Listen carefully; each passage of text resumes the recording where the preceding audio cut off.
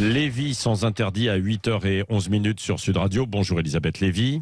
Bonjour Patrick, bonjour à tous. Allez, vous revenez sur ce dîner qui fait beaucoup jaser, le président qui a reçu une dizaine de journalistes en grand secret la semaine dernière.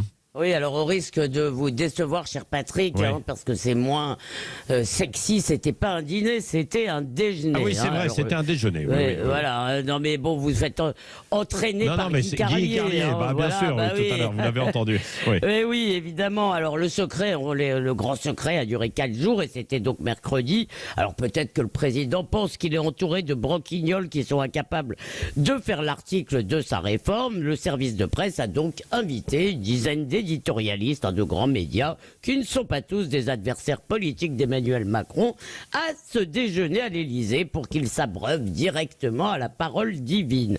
Et la seule condition, bien sûr, c'était le secret, ne pas citer le président, ce qu'on appelle un briefing off. Et ça avait comme but de faire passer un message, c'est qu'à l'Élysée, même pas peur de la contestation. Alors le off, qu'il a dit, c'est vieux comme le journaliste. Vous pouvez utiliser une info, pas dire d'où elle vient, alors aussi des sources proches, l'entourage, etc. Et oui, bien sûr, on brouille un peu les cartes, ça brouille un peu les cartes, puisque ça transforme un peu les journalistes en porte-parole, mais après tout, la parole du président, comme celle d'un syndicaliste ou autre d'ailleurs, c'est de l'information. Les participants après ce déjeuner ont donc informé leur public sur l'état d'esprit d'Emmanuel Macron et on a ainsi entendu en boucle, il ne croit pas le fameux, il ne croit pas à la victoire de l'irresponsabilité, il tiendra. Bon, alors quelle est votre réaction? Est-ce que vous trouvez ça scandaleux? Bon alors les airs de déontologue outragé, je les laisse ça. Daniel Schneiderman et Edoui Plenel qui a fustigé un journalisme de gouvernement parce que le journalisme de délation et d'inquisition ne vaut pas mieux. Mais passons. Bon, je ne vais pas donner des leçons aux confrères. Si on avait été invité, oui, on y serait allé, ne serait-ce que pour pouvoir évidemment en parler dans les dîners, comme l'a dit Guy.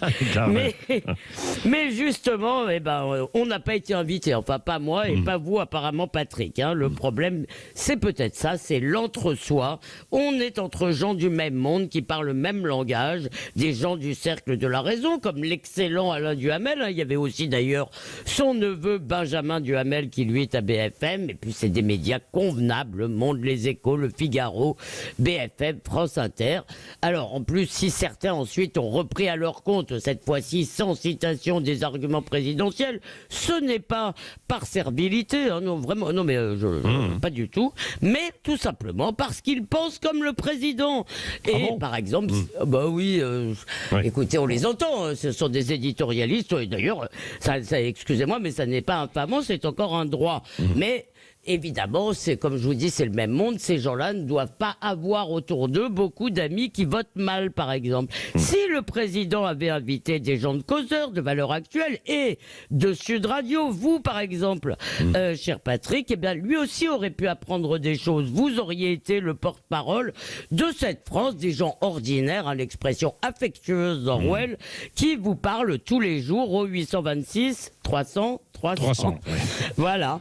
Alors, le risque, bien sûr, c'est que ce déjeuner confidentiel alimente le moulin à fantasmes qui prête aux journalistes des calculs tortueux, des collusions cachées, des pouvoirs occultes. En réalité, c'est bien plus simple. C'est la preuve que ce qu'on appelle l'élite politico-médiatique, ça existe. Le problème, c'est qu'elle n'inspire plus confiance à grand monde. Merci Elisabeth Lévy.